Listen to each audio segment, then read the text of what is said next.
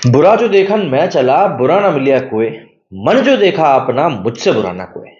दरअसल सहवाग इस समय हार्दिक पांड्या के सपोर्ट में उतर कर आए हैं। एक तरफ जहां पर सभी फ्रेंचाइजी के फैंस एक साथ इकट्ठे होकर हार्दिक पांड्या को ट्रोल कर रहे हैं, जो कि सरासर गलत है। उसके बीच में सहवाग का सपोर्ट इस समय मिला है अब हार्दिक पांड्या को। दरअसल सहवाग का कहना है कि जिस तरीके से हार्दिक पांड्या की ट्रोलिंग की जा रही है, वो बिल्कुल भी अच्छा नहीं है, हेल्दी नहीं है। इस तरीके से कुछ भी नहीं करना चाहिए। और उससे भी आगे बढ़कर उन्होंने एक बात और कही। उन्होंने कहा कि भाई कोई प्लेयर एक प्रोफेशनल लीग में किससे खेल रहा है, किससे नहीं खेल रहा है, ये उसका पर्सनल डिसीजन होता है। तो फैंस को तो इसको लेकर कुछ और बोलना ही नहीं चाहिए। अब ऐसे में जब सहवाग ने हार्दिक पांड्या को लेकर ये कुछ बातें कही, तो जाहिर सी बात है सहवाग खुद भी फिर इस चीज के लपेटे में आ गए। क्योंकि सहवाग जब कमेंट्री करते हैं या जब वो दिलफेक बातें करते हैं, तब कई बार वो भी ये नहीं देखते कि वो क्या बोल रहे हैं। जैसे उरी को लेकर अभी उनका एक बयान निकलकर सामने आया था, जिसमें कि उन्होंने कहा था कि मैंने मारा, तो बिल्कुल समझ रहे होंगे आप लोग।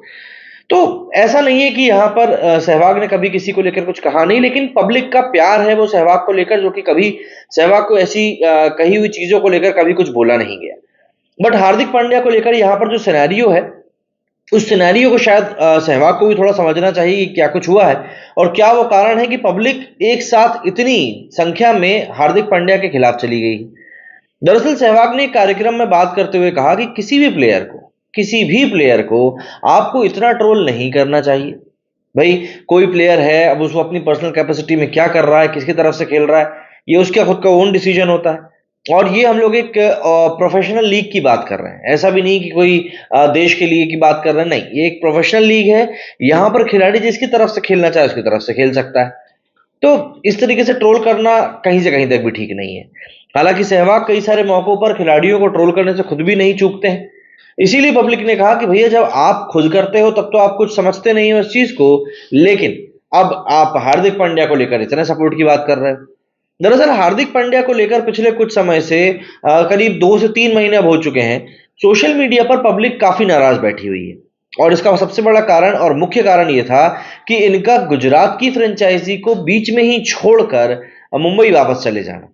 बात सिर्फ इतनी भी नहीं थी, बातें मतलब एक के बाद एक समझते हैं। तो ऐसा हुआ था कि हार्दिक पांड्या दरअसल 2022 में जब रिटेन नहीं किए गए थे मुंबई की तरफ से, तब गुजरात ने उनको अपना कप्तान बनाया था।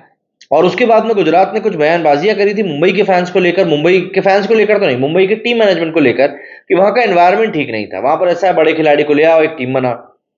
तो इसके बाद में मुंबई के फैंस काफी नाराज हो गए थे हार्दिक पांड्या से कि यार बताओ, जिस खिलाड़ी को हम लोगों ने सब कुछ दिया, हमने ही इस खिलाड़ी को बनाया, ये आज खिलाड़ी हमारे ही लिए ऐसी बातें कर रहा है। हालांकि इसके बाद में गुजरात जाकर पांड्या ने पहले ही सीजन को जीत लिया, दूसरे सीजन में रनर अप रहे, काफी बढ़िया सीजन चल रहा था। लेकिन तीसरा आईपीएल, जो कि 2024 का आईपीएल है, वो शुरू होने के ठीक पहले वो एक बार फिर से मुंबई में चले गए। अच्छा, पहले तो लोग इस बात से दुखी थे ही कि यार ये ऐसे बीच में कैसे गुजरात को छोड़कर मुंबई में जा सकता है, और 10 तरह की बातें हुई। फिर 15 करोड़ की डील की बात सामने आई, और फिर उसके बाद सडनली एक परमाणु बम के जैसा एक डिसीजन नीचे गिरा, जिसमें कि बोला गया कि भैया हार्दिक जो है ना सिर्फ वापस एमआई में आएगा, बल्कि मुंबई के कप्तान के तौर पर रोहित शर्मा को रिप्लेस भी करेगा। अब क्योंकि ये बात रोहित शर्मा की तरफ से नहीं आई थी, मैनेजमेंट की तरफ से आई थी, इसलिए पब्लिक और ज्यादा नाराज हो गई। पब्लिक कहने लगी कि भाई एक तो तुम पहले गुजरात को धोखा देकर यहां आ रहे हो, और फिर उसके बाद तुम कप्तानी भी छीन रहे हो। हाँ, अच्छा, मैनेजमेंट, मुंबई की टीम मैनेजमेंट की तरफ से गलती यहां पर यह हुई कि अगर मैनेजमेंट चाहता तो चीजों को सही तरीके से, एक स्ट्रीमलाइन तरीके से कर सकता था। अगर ये जो पूरी बात थी कप्तानी छोड़ने वाली, अगर ये रोहित शर्मा की तरफ से आती कि भाई मैं कैप्टनसी छोड़ रहा हूं, मैं पांड्या को कप्तान बना रहा हूं, तो पब्लिक उसको एक हद तक एक्सेप्ट भी कर लेती। बट क्योंकि इस मामले में किसी खिलाड़ी का कोई बयान निकलकर सामने नहीं आया, कोई क्लैरिफिकेशन सामने नहीं आया, ऐसे में पब्लिक का गुस्सा बढ़ता गया। पर मुझे ऐसा लग रहा है कि टीम मैनेजमेंट का ये सोचना था शायद कि कुछ टाइम बाद पब्लिक भूल जाएगी, इन चीजों से आगे बढ़ जाएगी। बट पब्लिक तो पब्लिक है। दरअसल इन सब के बीच में हार्दिक पांड्या का इंडियन क्रिकेट टीम के लिए ना खेलना, टेस्ट मैच से अघोषित संन्यास ले लेना और आईपीएल के लिए पूरी तरह से फिट होकर वापस आ जाना कहीं ना कहीं एक बड़ा कारण बना। साथ साथ डोमेस्टिक क्रिकेट ना खेलने के कारण श्रेयस अय्यर और ईशान किशन को सेंट्रल कॉन्ट्रैक्ट से बाहर रखा गया, लेकिन हार्दिक पांड्या को नहीं किया गया। तो ये सब चीजों ने आग में कहीं ना कहीं घी डालने का काम किया। और अब जब आईपीएल शुरू हुआ और पहला मैच इनका गुजरात के अगेंस्ट में हुआ, तो पब्लिक ऐसा लग रहा था कि पूरी तरीके से तैयार होकर बैठी हुई थी कि भैया बस हमको तो यहाँ पर घेराव करना है। पहले मैच में हालांकि सूरत हाल भी कुछ ऐसे ही बने। एक तरफ तो रोहित शर्मा बढ़िया बैटिंग कर गए, जसप्रीत बुमराह एक नंबर की बॉलिंग कर गए, बट एमआई हार गया। और उसमें भी करेले पे नींद चढ़े वाली बात ये हो गई कि हार्दिक पांड्या परफॉर्म कर नहीं पाए। Lower down the order batting करने के चक्कर में ये इतना नीचे बैटिंग करने के लिए आया तब तक मैच जो था काफी हद तक हाथ से निकल चुका था, और उसके बाद हार्दिक पांड्या सस्ते में खुद भी आउट हो गए। तो मतलब फैंस एक तरह से आज की तारीख में जो चीज चाह रहे हैं, और ये मैं सिर्फ एमआई के फैंस की या गुजरात के फैंस की बात नहीं कर रहा हूं, ये मैं सभी फैंस की बात कर रहा हूं। सब लोग बस यही बोल रहे हैं कि भैया हम तो चाहते हैं कि रोहित शर्मा खूब चले, बुमराह खूब चले, सूर्य कुमार यादव जब वापस आए वो भी खूब चले, लेकिन बस एमआई हार जाए। मतलब ये माइंडसेट, ये मेंटालिटी इस समय डेवलप हो चुकी है फैंस के बीच में। और देखिए, अगर आप बड़े बड़े फ्रेंचाइजी की बात करें, फिर चाहे मुंबई की बात कर लें, सीएसके की बात कर लें, आरसीबी की बात कर लें, इन टीमों को बड़ा इनके फैंस ने ही बनाया है, वरना खेलते तो सभी लोग हैं। तो अगर फैंस ही आपके आपके नाराज जा रहे हैं, तो कहीं ना कहीं आपने एक फंडामेंटल कोई ना कोई गलती करी होगी जो इसका कारण बन रहा है। लेकिन अभी भी एमआई का जो टीम मैनेजमेंट है वो उस चीज को लेकर एड्रेस करने को तैयार नहीं है। वो फैंस को अभी भी कुछ कंसिडर कर ही नहीं रहे। उनको लग रहा है जो है ठीक है, जैसा भी ये चल रहा है, थोड़े टाइम बाद ये लोग खुद ही समझ जाएंगे। लेकिन यहां पर समझने वाली बात एक ये है कि आपको फैंस को समझना पड़ेगा कि फैंस आखिर चाह क्या रहे हैं। जीटी के खिलाफ जो मैच हुआ, उस मैच में काफी सारी चीजें ऐसी निकल कर आई जो पब्लिक ने पकड़ ली।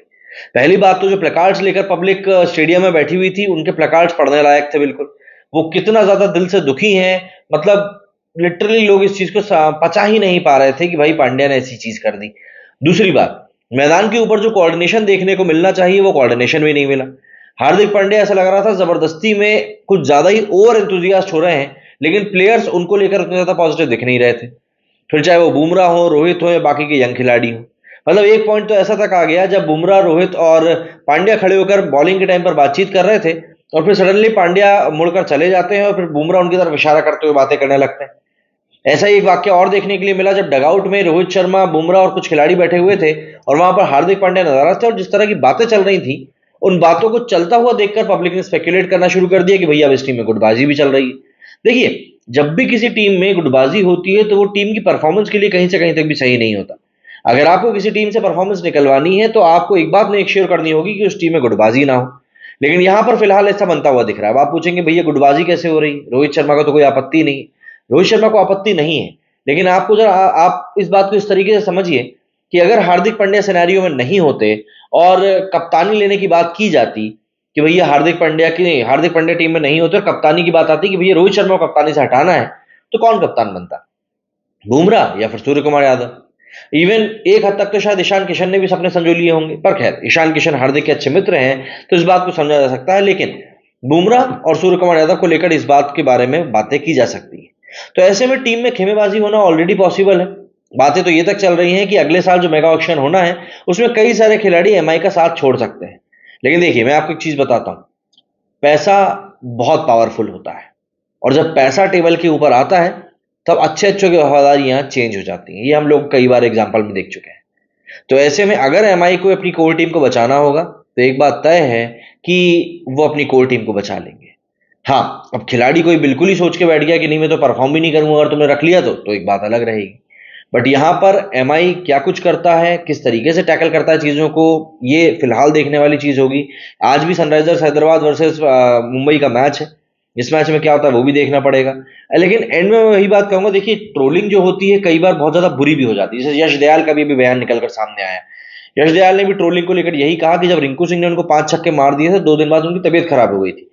हालांकि हार्दिक पांड्या काफी स्ट्रांग मेंटालिटी का खिलाड़ी है, और मैं भी यही कहूंगा कि देखिए सब चीजें अपनी तरफ है।